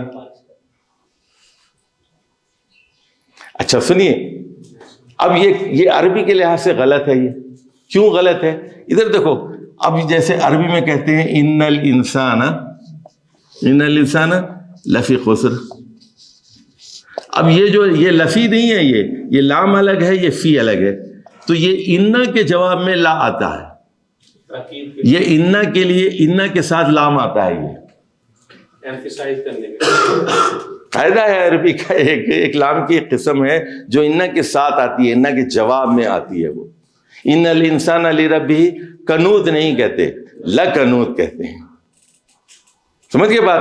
تو اب یہ کمبخت کیا کر رہا ہے، یہ لمع یعنی محسنین کے ساتھ کے بجائے کہہ رہا ہے چمکا دیا. محسنین کا ترجمہ کیا کر رہا ہے؟ صوفیوں کو چمکا دیا اللہ نے. اور تم نہیں چمک سکتے، تم لوگ نہیں چمک سکتے. دیکھ رہے ہیں یہ عربی سے کھیلتے ہیں. اور بھی قصہ میں آگے بتاؤں گا، قرآن پڑھاتے ہوئے بتاؤں گا آپ کو، اس کا خیال رکھیں. چلیے جی، چھٹا اصول ہے اجتہاد اور رائے سے قرآن کی تفسیر، اور اس کی دو قسم. اب وہ دیکھو بھائی، تمہارا کیا نام ہے؟ تمہارا کیا نام ہے تمہارا؟ ہاں جی، نہیں اسامہ کے پیچھے، اسامہ کے پیچھے اسماعیل حبیب. ہاں جی، اچھا تم چہرہ بدل گئے یار، تم بہت موٹے ہو گئے ہو. ہاں کیا ہو گیا تمہیں؟ یہ پرانا ہمارا جاننے والا ہے، یہ ان کے والد بھی، لیکن پہچانے ہوئی صورت بھی پہچانی نہیں جاتی. میں سوچ رہا تھا کہ کون ہے کہیں دیکھا ہے. اچھا جی، ادھر دیکھیے، تفسیر کا چھٹا اصول یہ ہے کہ قرآن میں تدبر تفکر سے کام لے کر، دیکھو مندرجہ بالا قواعد کی روشنی میں، انڈر لائن کرو، in the light of above rules. کون سے پہلے 5 اصول گزر چکے ہیں نا؟ مندرجہ بالا قواعد کی روشنی میں، یعنی کیا قواعد ہے؟ قرآن کی تفسیر قرآن سے، پھر حدیث سے، پھر اقوال صحابہ سے، پھر اقوال تابعین سے، پھر عربی زبان کے قواعد کے اعتبار سے اجتہاد کیا جائے. اللہ تعالیٰ انسان کو عقل دی ہے، خود قرآن نے عقل سے کام لینے کی ہدایت کی ہے، اس لیے ایک مفسر قرآن اپنی عقل کو استعمال کرتے ہوئے قرآن مجید میں غور و فکر سے کام لیتا ہے. اس کے نتیجے میں تفقہ حاصل ہوتا ہے. صحابہ میں قرآن کے سب سے بڑے مفسر عبداللہ بن عباس کے سلسلے میں رسول صلی اللہ علیہ وسلم نے دعا فرمائی تھی کہ اے اللہ انہیں دین کا فہم عطا فرما. تو اللہم فقہہ فی الدین وعلمہ التاویل. دیکھیے رسول صلی اللہ علیہ وسلم نے دعا کی، 14 سال کا بچہ تھا وہ. اللہم فقہہ فی الدین وعلمہ التاویل. علی بن ابی طالب فرماتے ہیں، ادھر دیکھیے، ہمارے پاس کوئی خصوصی علم اور راز کی باتیں نہیں. اچھا، شیعہ اور صوفی دونوں کہتے ہیں کہ رسول اللہ صلی اللہ علیہ وسلم نے کچھ راز کی باتیں بتا دی تھیں حضرت علی کو. کیوں یہ راز کیوں کرتے ہیں وہ لوگ؟ اس لیے کہ اس سے پھر اپنا تصوف کا الٹی سیدھی چیزیں نکالیں، تشیع کی اپنی چیزیں نکال کے لے آئیں. تو وہ یہ کہتے ہیں الا فہمن یؤتیہ اللہ رجلا من القرآن. ہمارے پاس کوئی خاص بات نہیں، بس قرآن کا فہم ہے ہمارے پاس. حضرت علی کے قول سے باطنیت کی تردید ہو گئی، یعنی باطنی جو فرقے پیدا ہوئے ہمارے ہاں، قرآن کا جو الٹا سیدھا مطلب نکال رہے ہیں، اور قرآن میں غور و فکر اور تدبر و تفکر کے بعد اپنی آراء کے اظہار کی اہمیت بھی اجاگر ہو گئی. یہ فہم قرآن ہے اور یہ تفسیر بالرائے ہے. اچھا دیکھیے، تنبیہ، تفسیر بالرائے کے صحیح مطلب کو سمجھنا ضروری ہے. بعض لوگ ہر چیز کو تفسیر بالرائے کہہ کے حرام قرار دیتے ہیں، اور بعض گمراہ اس کا ناجائز فائدہ اٹھا کر من مانی تفسیر کرنے بیٹھ جاتے ہیں. اس سلسلے میں امام ابن تیمیہ نے اپنے مقدمے میں چند اہم باتیں لکھی ہیں، ان کا خلاصہ آسان الفاظ میں درج کرتے ہیں. نمبر 1، تفسیر بالرائے کی 2 قسمیں ہیں. سنیو، ایک محمود ہے، ایک مذموم ہے. محمود لکھ لیجئے ڈیزائربل، انگریزی میں لکھ لیجئے وہاں اے ڈیزائربل لکھ لو. ہاں بھائی، ڈیزائربل وہیں لکھ لو، محمود کے آگے ڈیزائربل. اور مضمون کا مطلب ہوتا ہے کنڈیم، جس کی آپ مذمت کر دیں. مذموم، to be condemned, to be condemned. سمجھے؟ تفسیر رائے کی 2 قسمیں ہیں، ایک اچھی ہے، رائے کافی اچھی رائے ہے، ایک بہت ہی بری رائے ہے. محمود کا مطلب قابل تعریف ہے. اگر مفسر نے قرآن کی تفسیر میں دیگر کئی آیتیں پیش کی ہیں، احادیث نقل کر کے ضعیف اور جھوٹی احادیث کا ابطال کیا ہے، صحابہ کا اجماع ذکر کیا ہے، ان کے اقوال درج کر کے راجح قول کی طرف نشاندہی کی ہو، تابعین کے اقوال سے استدلال کیا ہو، عربی زبان کے محاوروں اور روزمرہ سے بحث کی ہو، اس کے بعد محکم اور مضبوط دلائل کے ساتھ اپنی ترجیحی رائے درج کی ہو، تو یہ رائے کیا ہے؟ یہ ترجیحی رائے. ادھر دیکھو، یہ فلاں کہتے ہیں، یہ فلاں کہتے ہیں، یہ فلاں کہتے ہیں، لیکن میری ترجیحی رائے یہ 4 اوپینین ہے، 6 اوپینین ہے، آئی پریفر دس. ادھر دیکھو بھائی، علی، اب جیسے علی نے کل وہ کہا کہ رکوع میں جانے سے جس کو رکوع مل گیا اس کو رکعت مل گئی، تو ہم کہتے ہیں کہ ہم اس کو ترجیح نہیں دیتے، لیکن جمہور علماء یہی کہتے ہیں جس کو رکوع مل گیا اس کو رکعت مل گئی. ہم کہتے ہیں نہیں، جب تک سورہ فاتحہ نہیں ملی اس کی رکعت نہیں ہوئی. ہماری ترجیح ہے، ہم پریفرنس ہے ہماری. یہ سنو، یہ حرام حلال کا مسئلہ نہیں ہے، یہ ترجیح کا مسئلہ ہے. سمجھئے بات آپ؟ ہم کہتے ہیں کیونکہ دوسری حدیث ہے، اس حدیث کو کے اندر کمزوری ہے، اس کے راوی کمزور ہیں، اس لیے ہم حدیث کو ترجیح نہیں دیتے. ہم کہتے ہیں کہ سورہ فاتحہ ضروری ہے، اس کے بغیر رکعت نہیں ہوگی. بہتر کی طرف ترجیح کی بات ہے. چلیے آگے. اچھا، مضموم کیا ہے سن لیجئے. مضموم یہ ہے کہ جس میں ایک آدمی قرآن، صحیح حدیث، صحابہ اور تابعین کے اقوال سے استشہاد کیے بغیر صرف اپنی ذاتی رائے سے قرآن کی تفسیر کرتا ہے. یعنی حدیث دوسری آیت نہیں دیکھ رہا ہے، وہ دوسری حدیثیں نہیں دیکھ رہا ہے، وہ اپنی ذاتی رائے سے ٹھوک رہا ہے، اور پہلے ذہن میں قائم شدہ نظریات کی دلیلیں قرآن سے تلاش کرنے کی کوشش کرتا ہے. ادھر دیکھو، ادھر دیکھو، پہلے غور سے سنو بات. پہلے آپ نے طے کر لیا ایک چیز، مثال کے طور آپ نے طے کر لیا کہ سود حلال ہے، پہلے طے کر لیا. اب آپ کیا کریں گے؟ اس میں وہ اپنا دماغ لڑائیں گے تو قرآن سے آپ کو ساری چیزیں مل جائیں گی. آپ نے پہلے طے کر لیا کہ اسلام میں پردہ نہیں ہے، تو قرآن میں پورا شروع سے ڈھونڈنا شروع کریں گے، ڈھونڈیں گے کہاں سے نکالو، مل جائے گی وہ چیز آپ کو. سمجھ گئے بات؟ اچھا، اسی طرح جہاں لدن آتا ہے نا، لدن، وہاں ان کی صوفی کی رال ٹپکتی ہے. جہاں لفظ لدن آ گیا، لدا آ گیا، لدئی آ گیا، تو وہاں جو ہے قرآن میں 10-15 جگہ ہے من لدنا علم. سمجھے؟ تو وہ کہتے ہیں دیکھو یہاں آ گیا، لدنی آ گیا، چلو ایسا کچھ ہوتا ہے، لڈو مل گئے اس کو. سمجھ گئے بات آپ؟ تو پہلے سے اس نے طے کر لیا نا کہ مجھے نئی چیز کوئی نکالنی ہے، تو کہاں سے نکالو؟ لدن سے نکالو. تو پھر یہ لدن کا صحابہ نے کیوں نہیں نکالا، تابعین نے کیوں نہیں نکالا لدن سے؟ ٹھیک ہے نا، وہ آیت پہ آئیں گے تو پھر سمجھائیں گے آپ کو. میرے پاس یعنی اس کا مطلب ہوتا ہے اپنی خاص عنایت سے، خاص توجہ سے، خاص مہربانی سے، جیسے سمجھے، یہ مطلب ہوتا ہے. چلیے آگے جائیے. تو یہ کیا کرتا ہے؟ صحیح احادیث کا انکار کرتا ہے، اپنی عقل کو، سنیے، اپنی عقل کو صحیح احادیث پر فوقیت دیتا ہے. دیکھیے انڈر لائن کرو اس کو، اپنی عقل کو صحیح حدیث پر فوقیت دیتا ہے، معجزات کا انکار کرتا ہے، عربی زبان کے معروف قواعد کی خلاف ورزی کرتا ہے.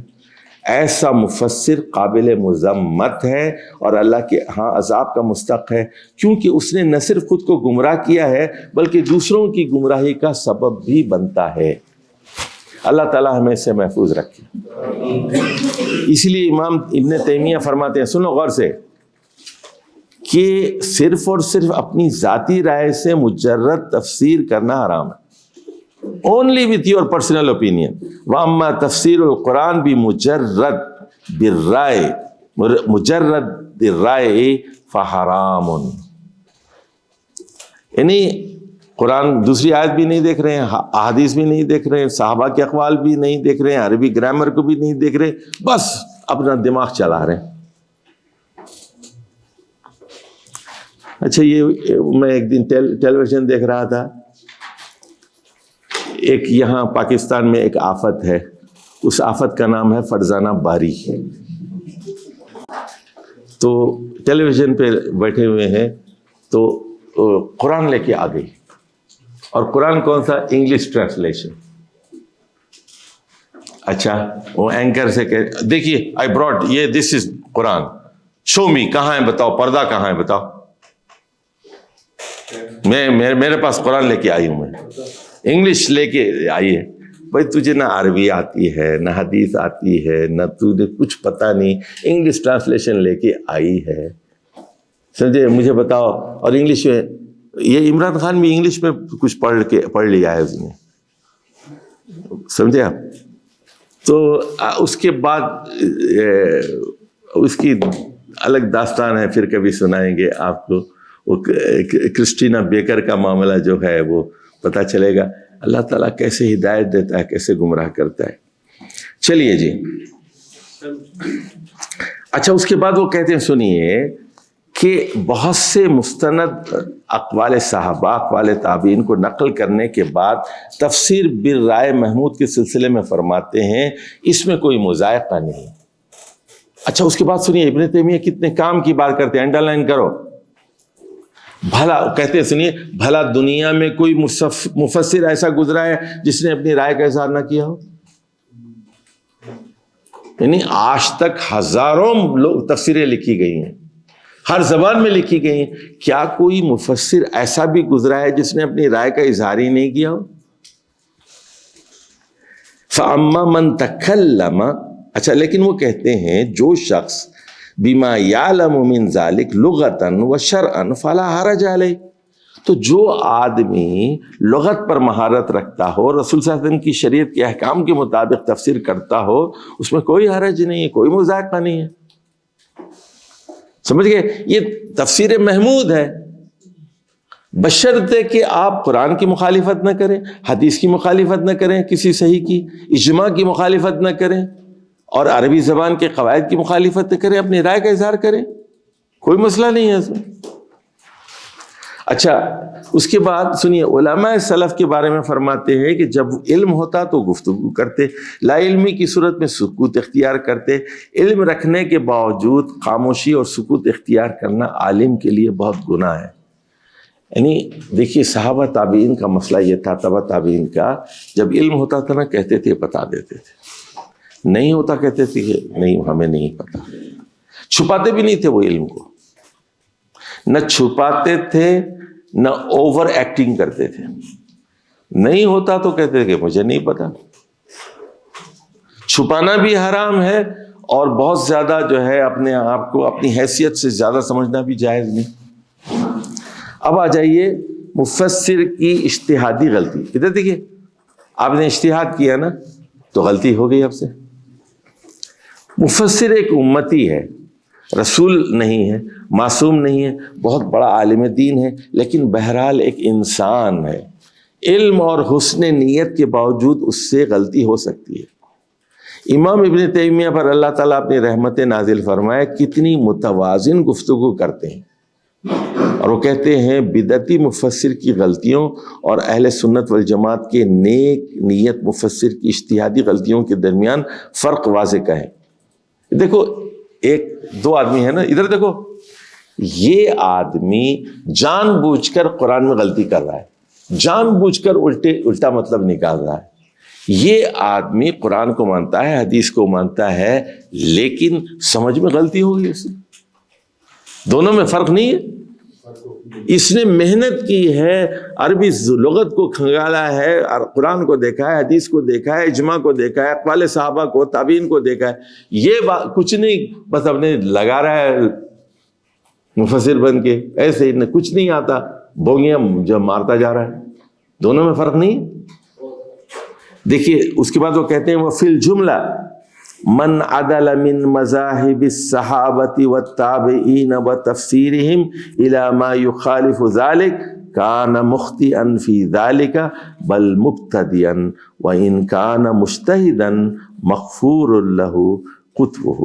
اب وہ یہ کہہ رہے ہیں کہ ایک آدمی جو تابعین اور صحابہ کے راستے سے ہٹ جاتا ہے، اس کے خلاف موقف اختیار کرتا ہے، تو وہ نہ صرف غلطی کرتا ہے بلکہ بدعتی ہو جاتا ہے. خاطئن کان مختین فی ذلک بل مبتدین. لیکن سنیے،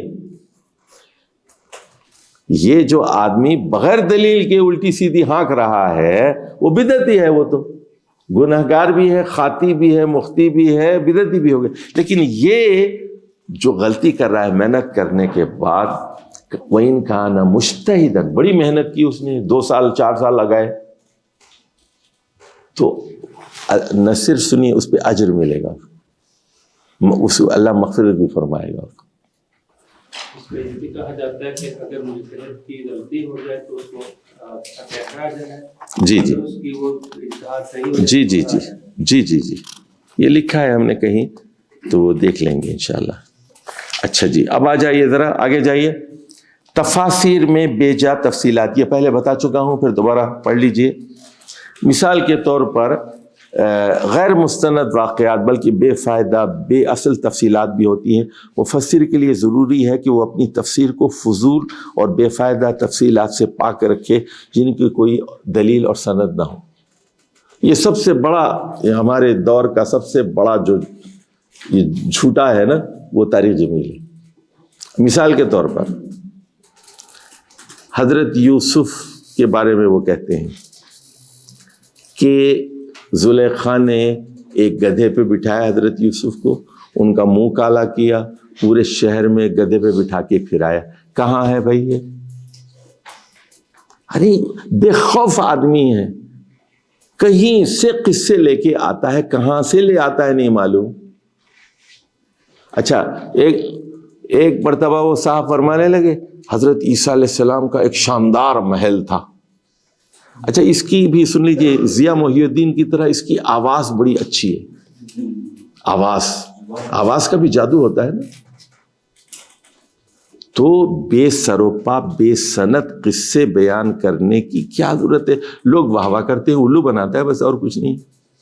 ایکٹنگ اور ڈرامے ہوتے ہیں سارے. آڈینس کا ذوق بھی دیکھتے ہیں. ہاں تو ظاہر ہے. اب آ جائیے مثالیں دیکھیے آپ. اصحاب کہف کے بارے میں بحث کرنا کہ ان کی تعداد کتنی تھی، فضول. کیا ملے گا آپ کو؟ 5 تھے، 10 تھے، 15 تھے، کیا ملے گا؟ لڈو ملے گا آپ کو؟ کیا اس سے فہم ملے گا آپ کو؟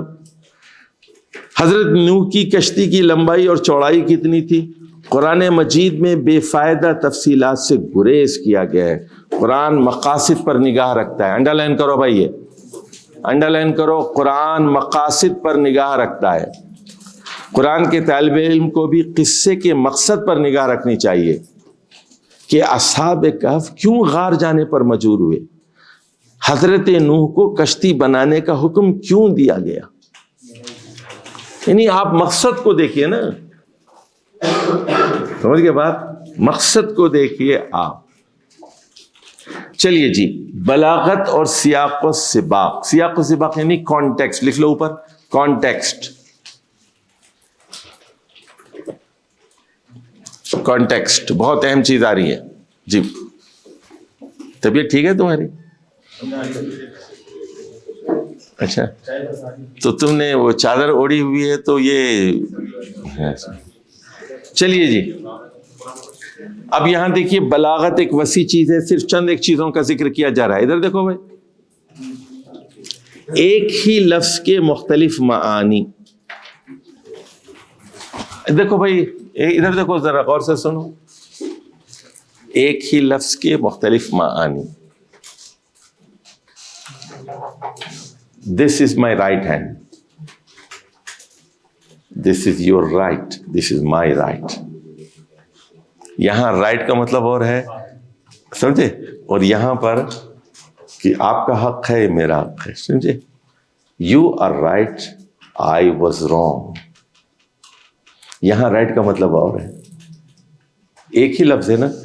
تو آکسفورڈ ڈکشنری میں رائٹ کے شہزاد بھائی 63 مطلب دیے گئے. اچھا، اردو اگر پڑھنی ہے آپ کو، سمجھنی ہے، نور اللغات اپنے پاس رکھیے، اور نور اللغات، اور فیروز اللغات آپ کے پاس ہے تو اس کو جلا دیجیے.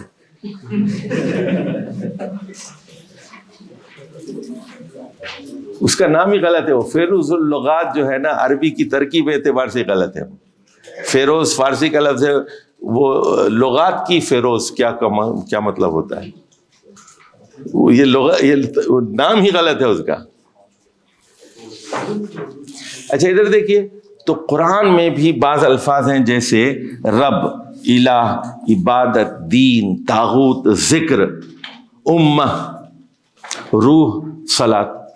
تو امت کے بھی قرآن میں 3-4 مطلب استعمال ہیں. روح کے کئی مطلب قرآن میں آئے ہیں. صلاح بھی جو نہیں ہے, سنیے, صلاح کا مطلب نماز بھی ہے اور دعا بھی ہے, درود بھی ہے. یصلون علی النبی صلو علیہ وسلموا تسلیما. اچھا نماز جنازہ بھی ہے, اس کا مطلب دعا کرنا بھی مطلب ہے اس کا. تو روح سے مراد حضرت جبریل بھی ہے, اور بھی بہت چیزیں. قرآن کو بھی روح کہا گیا ہے. تو ایک ہی لفظ کئی معنی دیتا ہے, ہر زبان میں دیتا ہے, اردو میں, پنجابی میں, جرمن میں, فرینچ میں, عربی میں. اس پر آپ کی نگاہ ہونی چاہیے. ایک ہی لفظ جو ہے کئی مفہوم دیتا ہے, سمجھے؟ جیسے وہ داغ کہتے ہیں نا کہ جلا کے داغ نہ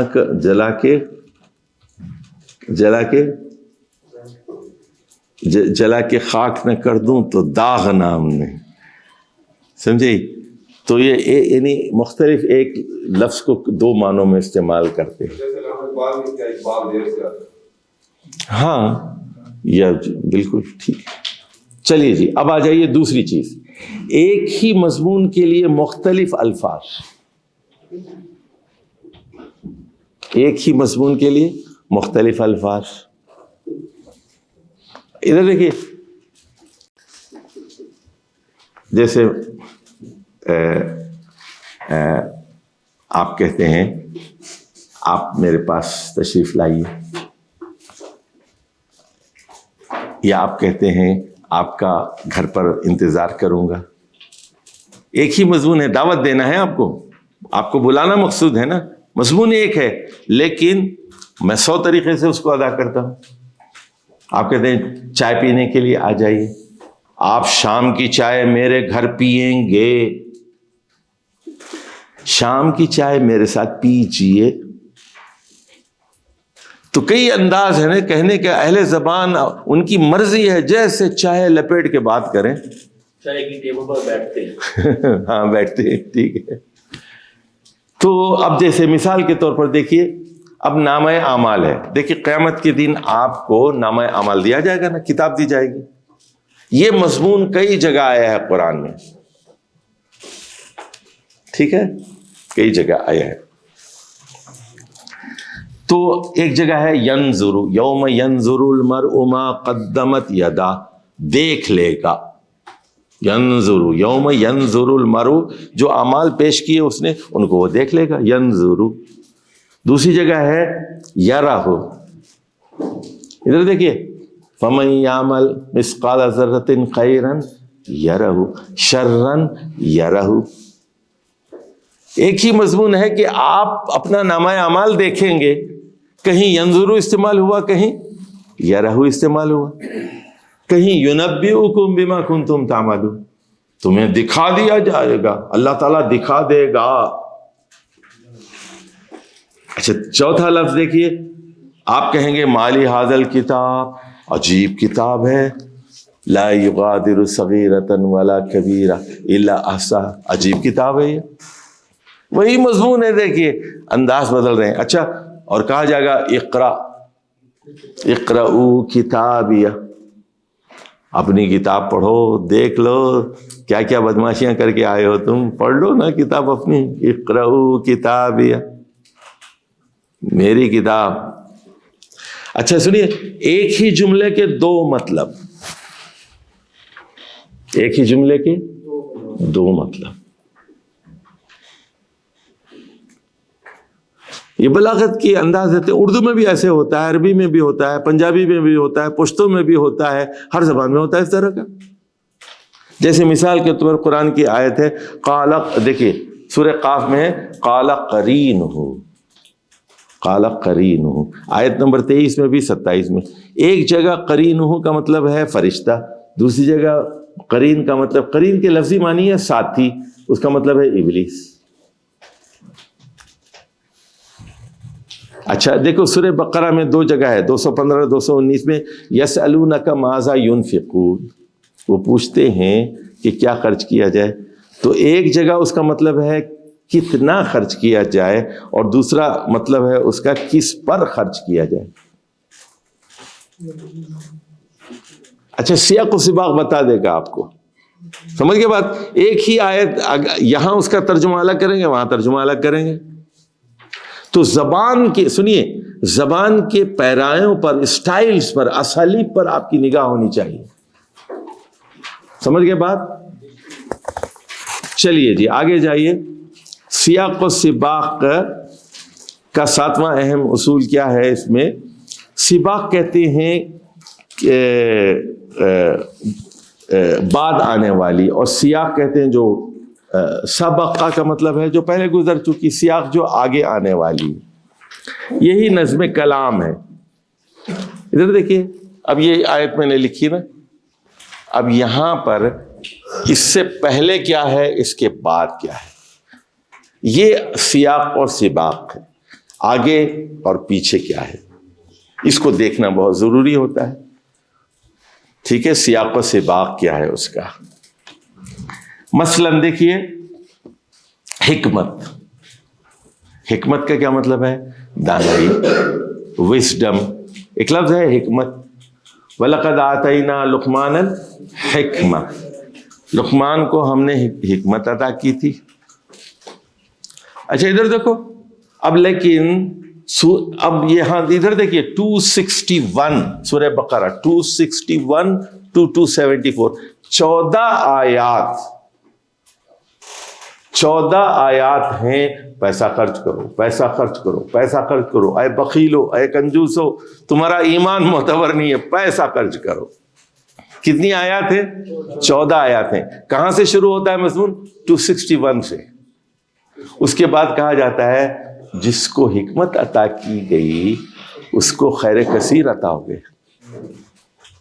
اب یہاں حکمت کا کیا مطلب ہے بھائی؟ یہاں حکمت کا مطلب ہے سخاوت، دریا دلی. لفظی ترجمہ نہیں کریں گے، دیکھیں گے یہ کہاں آیا ہے، یہاں خاص مطلب ہے اس کا. ادھر دیکھو، سمجھ میں آئی بات؟ نہیں سمجھ میں آئی؟ آگے جیسے میں ایک مثال دیتا ہوں آپ کو. اب میں کہتا ہوں مثال کے طور پر میرا بیٹا شیر ہے،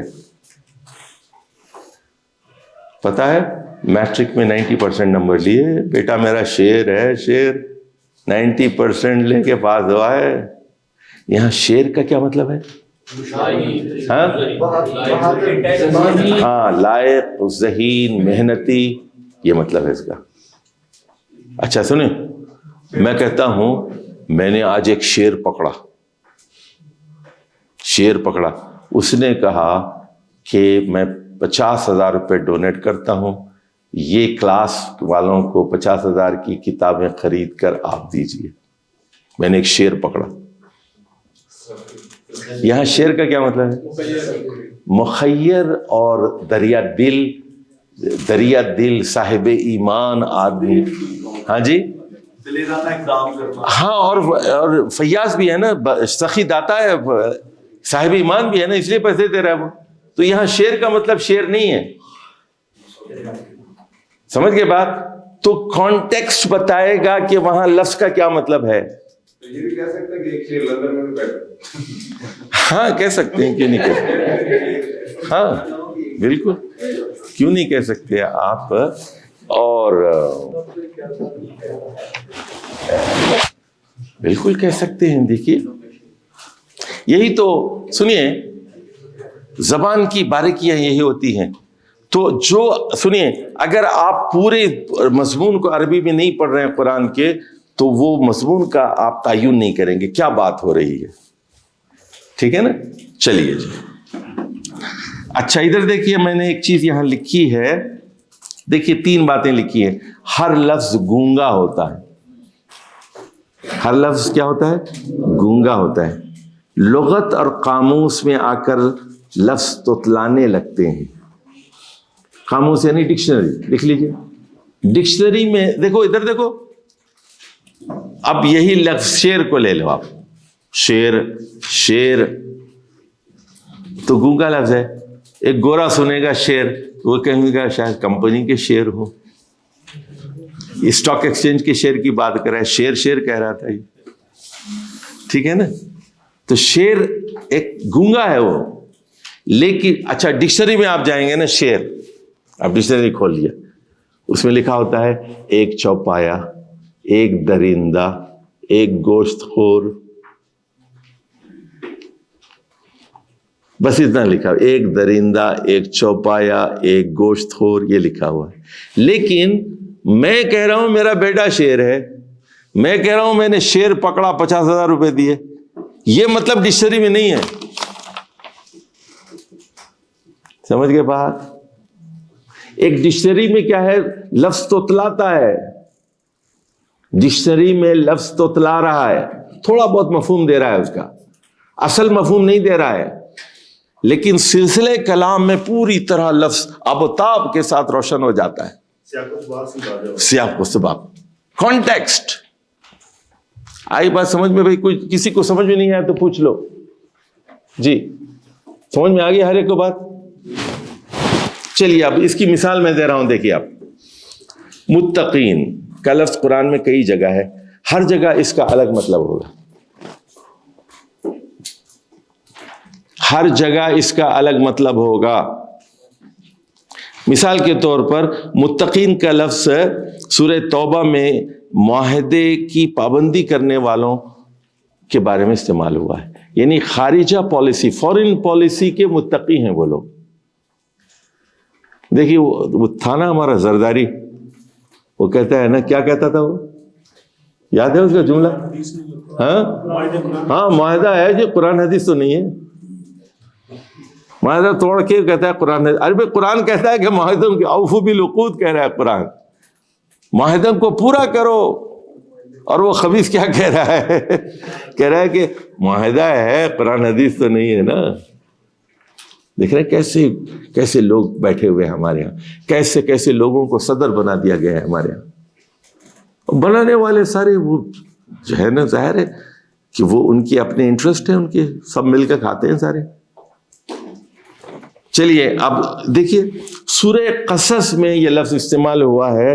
یہاں پر اس کا مطلب یہ ہے جو حدود و قیود میں رہ کر اپنے اختیارات کا استعمال کرنے والوں کے لیے اور عسکری قوت رکھنے والے صاحب اقتدار ہیں. یہاں مطلب متقی کا وہ ہے جو ابیوز آف پاور نہیں کرتے. آپ ہر جگہ متقی دیکھیے، ادھر دیکھو آپ لوگوں کا مسئلہ کیا ہے. متقی جہاں بھی قرآن میں آ گیا ہے نا، آپ کے دماغ میں ایک ٹوپی آ جائے گی، ایک مولوی صاحب آ جائیں گے. سمجھ گئے بات؟ وہاں کانٹیکسٹ کو نہیں دیکھیں گے، سلسلے کلام کو نہیں دیکھیں گے آپ، فوراً میں مولوی صاحب آ جاتے ہیں آپ. اچھا سنیے، کافروں کے لیے بھی لفظ آتا ہے، وہاں دیکھنا پڑے گا کہ کیا بات کیا ہو رہی ہے. اچھا اب طاغین ہے. سنیے، طاغین کا مطلب ہے سرکش لوگ، آپے سے باہر لوگ ہیں. اس کا بھی ایک مطلب ہوتا ہے. سورہ نبا میں جو لوگ قیامت کے احساس سے بے نیاز ہو کر بے لگام زندگی گزارتے ہیں، ان کو جو ہے طاغین کہا گیا. اچھا مسرفین، اچھا عام طور پر مسرفین آپ کہتے ہیں، سن لیجئے، اسراف کر دیں، فضول خرچی کر رہا ہے، اسراف کر رہا ہے، وہ کہتے ہیں مسرف ہے. لیکن سنیے، یہ لفظ فرعون کے لیے بھی استعمال ہوا ہے. اور سنو غور سے، قوم لوط کے لیے بھی استعمال ہوا ہے، جو بیوی رکھتے ہوئے مردوں کے پاس جاتے ہیں، اسراف کرتے ہیں. اور دیکھنا پڑے گا، یہ لفظوں کی دنیا ہے، سمجھ گئے آپ؟ کانٹیکسٹ کو سامنے رکھیے. چلیے جی.